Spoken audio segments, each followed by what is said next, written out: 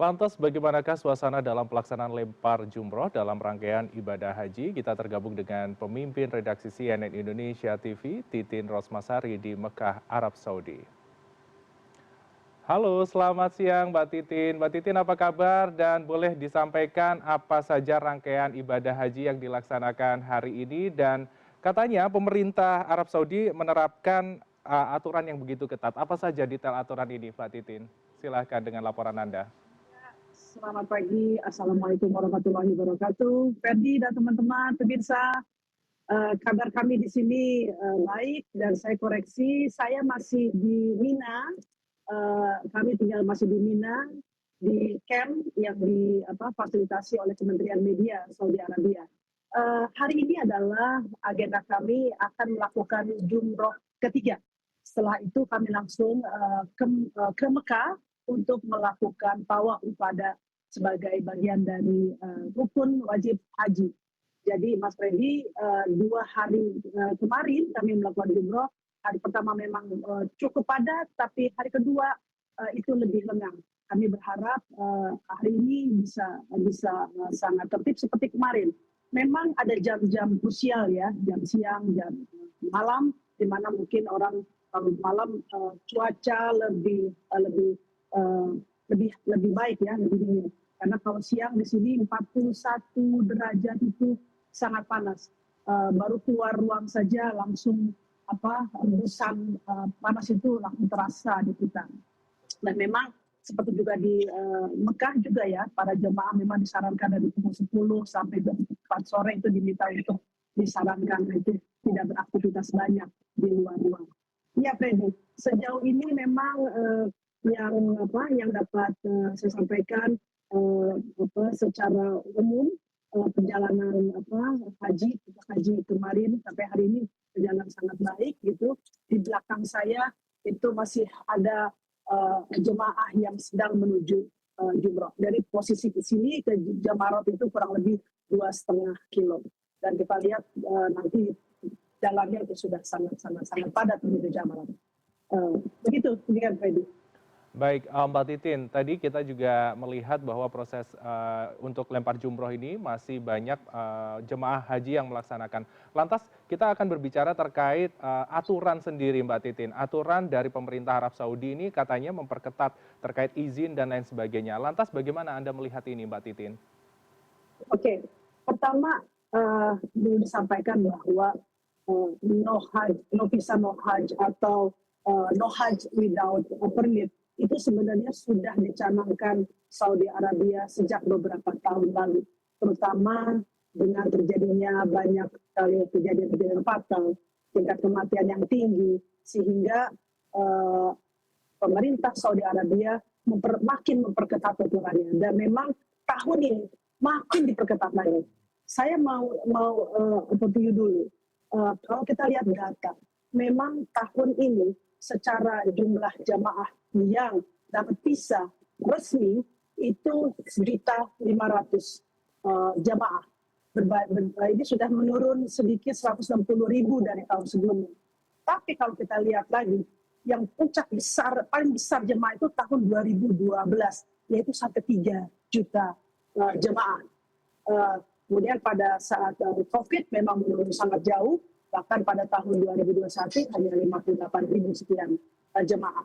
Nah, apa sih yang melandasi bagaimana ketatnya aturan ini? Dan kemarin saya juga sudah mencari informasi dari Kementerian Media Saudi.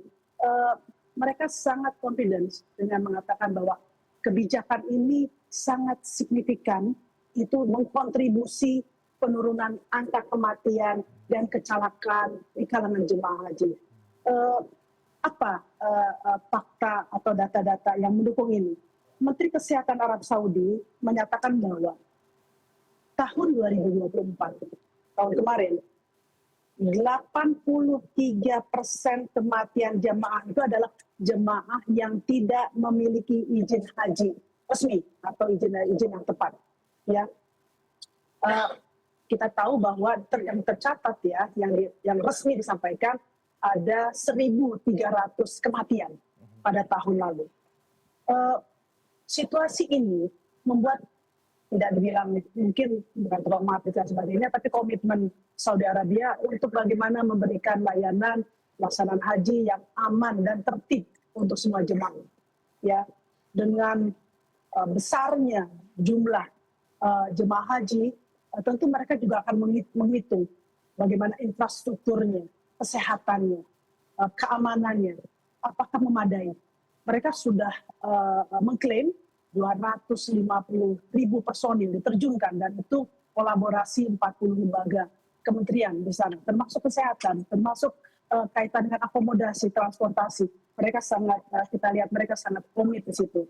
Dan bisa dibilang memang seperti zero tolerance ya, sehingga kaitan bagaimana perizinan soal visa itu menjadi kunci. Kita juga tahu banyak yang jemaah kita yang sudah mendaftar lewat jalur-jalur Furoda atau lainnya tidak masuk, tidak bisa dapat izin. Saya menduga itu sangat terkait langsung dengan bagaimana mereka menerapkan kebijakan ini dengan sangat ketat. Saya mengalami sendiri bagaimana proses masuk keluar kota Mekah itu paling ketat, paling rumit.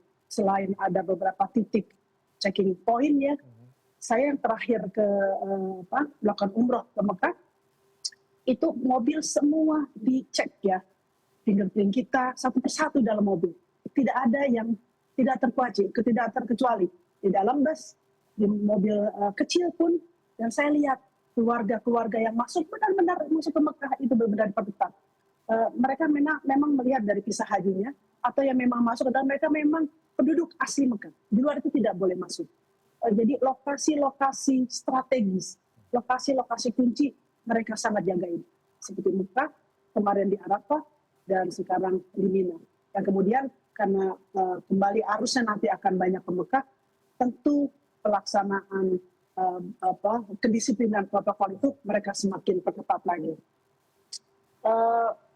Dan yang saya dapat adalah dengan aturan ini ya, dengan jumlah jemaah, dengan personil yang mereka terjunkan, dan kemudian kita lihat karena memang di sini cuacanya cukup ekstrim ya, meskipun mungkin tidak tahu seperti tahun lalu 51 derajat, sekarang 41 derajat, tapi saya merasa ini aja sangat panas, apalagi tahun lalu ya. Cooling system mereka kalau kita jalan sepanjang menuju Jamarot, itu terus dihembuskan air ya, percikan air. Dan kemudian mereka menyediakan mobile petugas medis, kemudian mereka memberikan minuman dingin, air mineral kepada para jemaah yang lewat, baik pergi maupun pulang gitu. Dan satu lagi, mereka sangat ketat ketika misalnya arus jemaah itu berjalan di satu jalur. Itu mereka menghindari adanya pertumpukan, mereka menghindari adanya penyeberangan gitu, sehingga terhindar daripada risiko benturan, risiko tertabak, risiko tersenggol dan lain-lain. Itu sangat saya lihat bagaimana mereka sangat ketat. Tidak bisa kita berhenti sebentar gitu, langsung diminta untuk terus berjalan. Tidak boleh berhenti berlama, kalau ada dalam kerumunan gitu. Itu yang saya lihat selama ini, Freddy. Baik Mbak Titin, tentunya ini regulasi yang perlu diperhatikan lagi bagi jemaah haji yang melaksanakan ibadah di sana, dan sebenarnya tujuannya adalah positif untuk bisa memberikan keamanan dan juga kenyamanan bagi jemaah haji yang sedang melaksanakan ibadah di sana. Baik, mungkin ada tambahan lagi, boleh silahkan ya, Mbak Titin. Yang tadi saya tambahkan bahwa mereka sangat confidence dan yakin bahwa ini berefek positif, yaitu adalah angka yang terlaporkan kecelakaan dan kematian sampai dengan hari ini itu sangat-sangat signifikan kecil gitu. Ada beberapa laporan, tapi kebanyakan laporan yang jemaah dari luar negara Saudi yang mau menuju ke Mekah atau ke Tanah Suci. Jadi laporan itu banyak sebelum ke sini. Ada beberapa laporan beberapa negara yang jemaahnya meninggal, tapi secara jumlah yang kalau data yang saya dapat sampai dengan semalam itu relatif kecil. Dan kita bersyukur akan hal itu, dan semoga karena kegiatan ini masih berjalan ya, belum tuntas sampai besok nanti di Mekah dan selanjutnya, kita masih berharap proses pengamanan, keamanan ini masih bisa terus dijalankan sehingga benar-benar semua jemaah dari seluruh dunia itu dapat mendapatkan haji yang baik, mereka aman, nyaman, dan nanti bisa kembali ke negaranya masing-masing dengan selamat. Baik, tentunya itu yang kita harapkan semua, Mbak Titin dan juga jemaah haji yang melaksanakan ibadah haji di sana. Aturan yang ketat ini sebenarnya tujuannya positif untuk memberikan rasa aman, nyaman, dan juga keselamatan. Tentunya tadi sudah disampaikan juga terkait insiden kecelakaan dan juga kematian jemaah haji begitu minim atau kecil pada tahun ini. Tentunya itu bisa menjadi langkah positif dari penerapan kebijakan dari pemerintah Arab Saudi. Terima kasih Mbak Titin Rosmasari, pemimpin redaksi CNN Indonesia TV atas laporan Anda. Selamat kembali bertugas, jaga kesehatan dan juga selamat beribadah. Sehat selalu Mbak Titin.